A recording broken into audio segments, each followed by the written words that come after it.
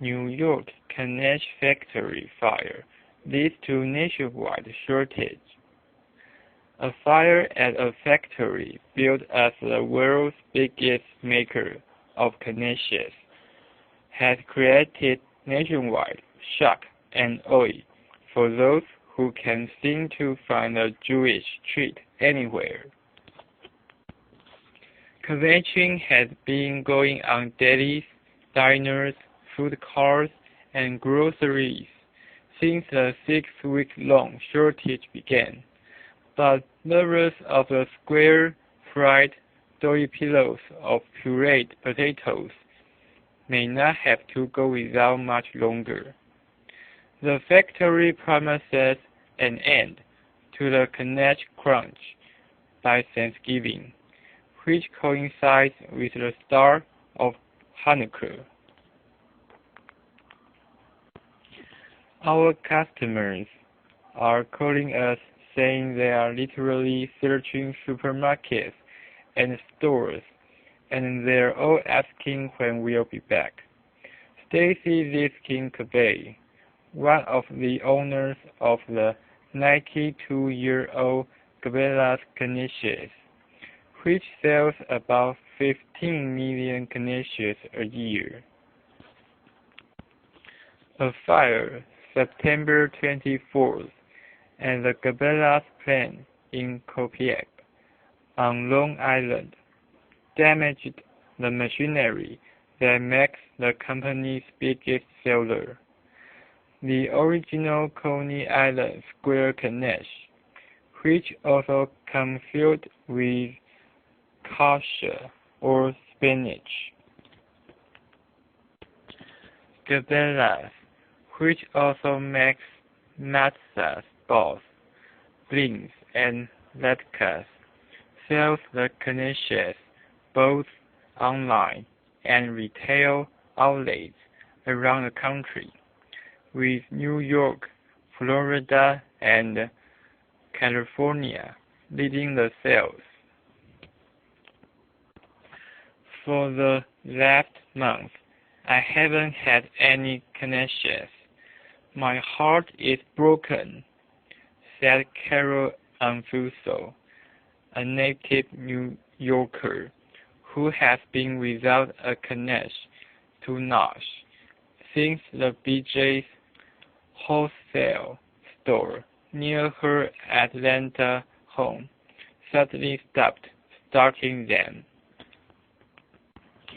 But Anfuso didn't learn of the shortage until she visited her sister for lunch at the Pastrami King restaurant in Merrick, Long Island, and found that it was out of stock too.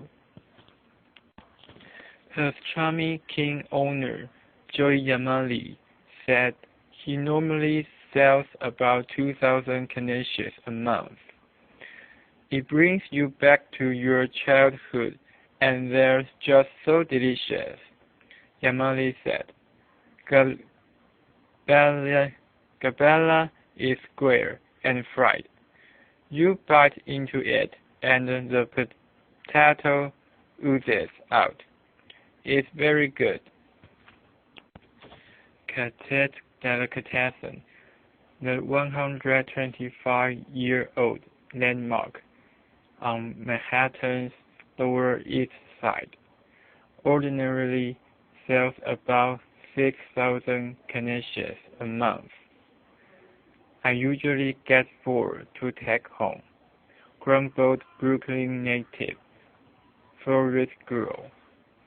Their crunchiness, their hot corners, their mustard and sauerkraut you put on them. You can't beat a Kanish. Like most places, the round, baked version is still available, but Girl harangued a familiar sentiment of Kanish devotees who get round Canisius. Jesse Hochberg, a retired information technology employee, didn't know there was a shortage until he go to the cassette counter. "I miss them," he said. "It's something I grew up with. I like the taste. Sliced with mustard. I always look for them, and I haven't seen them recently." Cassette chef Kenny Kong has grown weary of explaining the shortage to customers. Along with the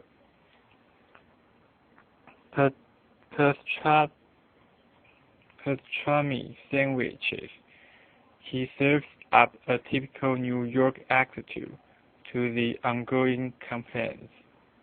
"Get over it. Get alive. It's just a Ganesh." Dubnik reported from New York City. 10 must try Macau foods. There's more than one way to get rich in Macau. These local dishes are just as splash as the casinos. When traveling, food is as much of a draw as historical and cultural sites. Such is the case with Macau. The city has a multitude of must-try foods, some of which are considered cuisine signatures. Here's a start. Portuguese egg tarts. The Portuguese egg tart is Macau's most famous food. It consists of a flaky pastry shell with a rich, sweet egg custard, filling with a consistency similar to creme brulee. A caramelized top plays an integral role in the taste. It's best eaten warm. Everywhere from restaurants and hotels to street food vendors sell them. Among many good choices, Lord Stowe's, several outlets, and Grand Hyatt Hotel rate highly with foodies. Pork chop bun, another well-known Macau street snack. The pork chop bun is literally a seasoned pork chop on a bun. At Tai Lei Cave in Taipa, the bone-in, incredibly tender and flavorful pork chop rests in a piggy bun, which has a crunchy exterior, soft center, and a good chew. Simple but satisfying. In operation since 1968, this humble establishment serves the buns only in the afternoon, while stocks left. If you miss out, street food vendors around popular areas, such as Ruin of Street Paws, serve their own version. Mashed potatoes. With 3 Michelin stars, everything is good at Rappuccino Dome. However, the mashed potato side dish is beyond compare. It takes skill to give greatness to something so simple.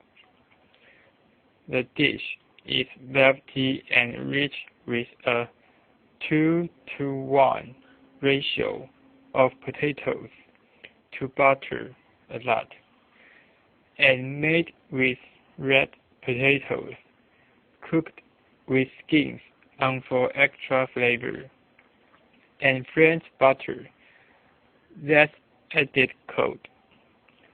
All of it is vigorously stirred and passed several times through a strong sieve to achieve an ultra-smooth texture. Egg rolls. Egg rolls aren't confined to Macau, but they're hugely popular here.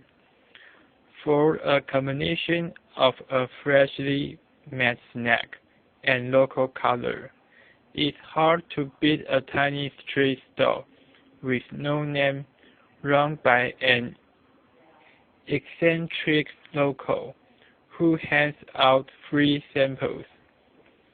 His are crispy, sweet, and so feather-light that it's easy to eat more than one. They are best when served hot off the griddle. Portuguese seafood rice. Portuguese seafood rice is the superior cousin of its Spanish and Italian counterparts. The highlight is not the succulent mussels nor the giant prawns, but the comforting soupy rice stewed with a bunch of other ingredients in the potato seafood broth. Newly reopened restaurants, Temptation treads the border carefully with its Portuguese seafood rice, stewing it long enough that the flavorful seafood juice is locked into the rice without losing its distinctive texture. It's topped off with a spoonful of seasoned Portuguese olive oil, homemade by Joe Chen, the restaurant's magnificent executive chef. Serradura. Serradura translates from Portuguese as sawdust. That's not an appealing name for a dessert, but it is much loved. Served as a chilling pudding in a semifreddo style, or as ice cream, a layered dessert of sweet biscuit, crushed superfine to resemble sawdust, cream, condensed milk, and vanilla. It is found on the dessert menu of many Portuguese or Macnese restaurants in Macau. It is also sold at bakeries and snack vendors. One of the most well-known options for the ice cream version is Gelatina Monkey Cake, located in the heart of Old Taipa. Prawn tartar, serving contemporary Spanish cuisine. Casa de Tapas opened in September, bringing new life to an old house with a charming terrace. A standout is the prawn tartar, succulent, 3 prawns briefly marinated in lemon juice and combined with olive oil, which gives them a roundness in the mouth. There's nowhere to hide with the dish. The prawns have to be the very best, and a deft hand is required to add seasoning that elevates the natural taste of the seafood. Other dishes include food-white, suckling pig, paella, and stuffed squid, almond cookies, and sweet pork jerky. These two items are often sold by the same vendor and are found everywhere. On the best-known places to buy them is Koike Bakery, with numerous branches. Its almond cookies are baked on the premises and have a gritty texture and nutty flavor, made with small bean flour. A slight saltiness prevents them from being too sweet. There's also a varied selection of dried meats, ranging from spicy beef to wild boar. Samples of both are given out, as well as tastings of its other products, such as coconut ginger candy, peanut candy, and black sesame cookies. Pork lard. Casa das Grelhados Grill House specializes in Portuguese and Filipino grilled foods and attracts a mostly takeout clientele. They do deliver to the nearby Irish bar. It has had a handful of seating options to enjoy dishes such as the grilled chicken sandwich, pork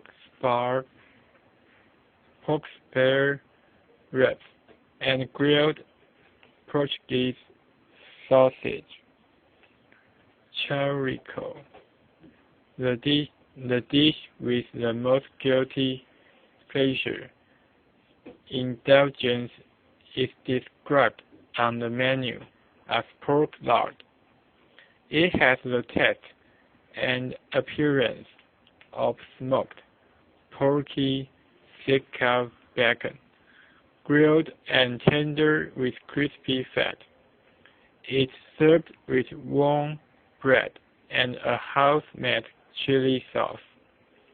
There's a small selection of Portuguese wine, and the beer is extremely cold. Black garlic chocolate. Black garlic, fermented garlic, has been touted as a superfood. It's supposed to have a high antioxidant content and has a flavor and complexity that allows it to be taken to a sweet extreme. At McPherson's Sweet Shop, 2 pieces of dark chocolate sandwich a rich black garlic ganache. There's also the option of black garlic ice cream. The cafe also sells durian ice cream. Trying ice cream made from the infamously stinking fruit is a foodie adventure test. That challenging options are frozen chocolate bananas and green tea ice cream. Males more likely to be fat and 40 by Helen Briggs. Middle-aged British men are more likely than women to be overweight, but less likely to diet, research suggests. A study found more than 2/3 of men and around half of women in their early 40s were overweight or obese. However, the men were were much less likely to realize they were carrying excess weight, say researchers at the University of London. The findings come from a study following 10,000 UK men and women born during 1 week in 1970s.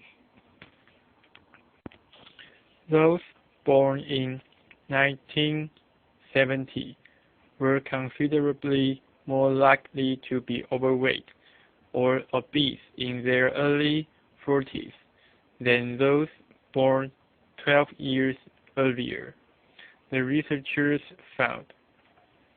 Men were far more likely than women to carry excess weight, with 45% classed as overweight and a further 23% obese, compared with 29% and 20% of women.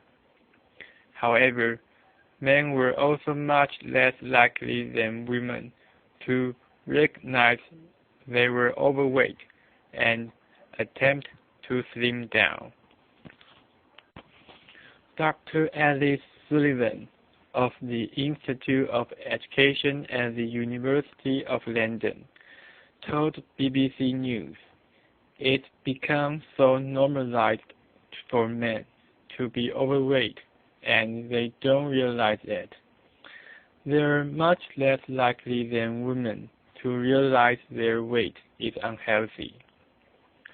The worrying thing is that if men are overweight, they are much less likely to take on health messages." Dr. Sullivan and colleague Dr. Matt Brown say carrying excess weight is seen as more socially acceptable for men than women. Overweight men are thus less likely to see this as a health problem and do something about it. Alerting men to their body mass index (BMI) status and the associated health risks should be a priority, they say. Expanding waistlines. Commenting on the study, Christopher Allen, senior cardiac nurse at the British Heart Foundation, said, "Being overweight or obese increases your risk of cardiovascular disease. Worryingly, this research highlights that men seem more inclined to ignore their expanding waistlines than women. Whether you are a man or a woman, maintaining a healthy, balanced diet and keeping physically active can help you reduce your weight and your risk of cardiovascular disease. For advice and support on how to do this, speak to your GP or practice nurse." The research studied the BMI of almost 10,000 men and women in their early 40s, being followed by the 1970 British cohort study, which is funded by the Economic and Social Research Council, ESRC. CDC warning labels on cough, cold medicines curb kids' ER visits. emphasis on warning parents about the danger of over-the-counter cough and cold medicines may have led to fewer emergency room visits for kids. A new Centers for Disease Control and Prevention (CDC) study published on November 11th in Pediatrics showed that fewer kids went to the ER after manufacturers added warning labels to the medicine bottles. Medication manufacturers voluntarily recalled some cough and cold medications in October 2007 after increases in reports of emergency department (ED) visits and deaths among young children. In 2008, the medications were released with clear warnings that these medications should not be used in children under 4 years old. Researchers looked at a database that estimated the amount of adverse events or side effects reported in U.S. emergency rooms linked to cough and cold medications. They found there were 61,168 ER visits between 2004 and 2011 among children 12 years old and younger due to these drugs.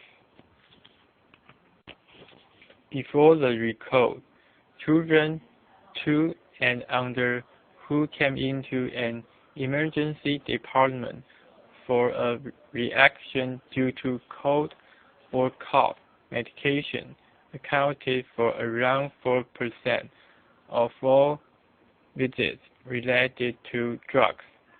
After the medicines were sold with the clear warning label, the number dropped to 2%.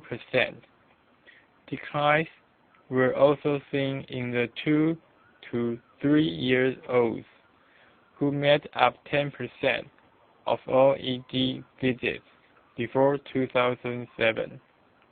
After 2008, that number was only 7%.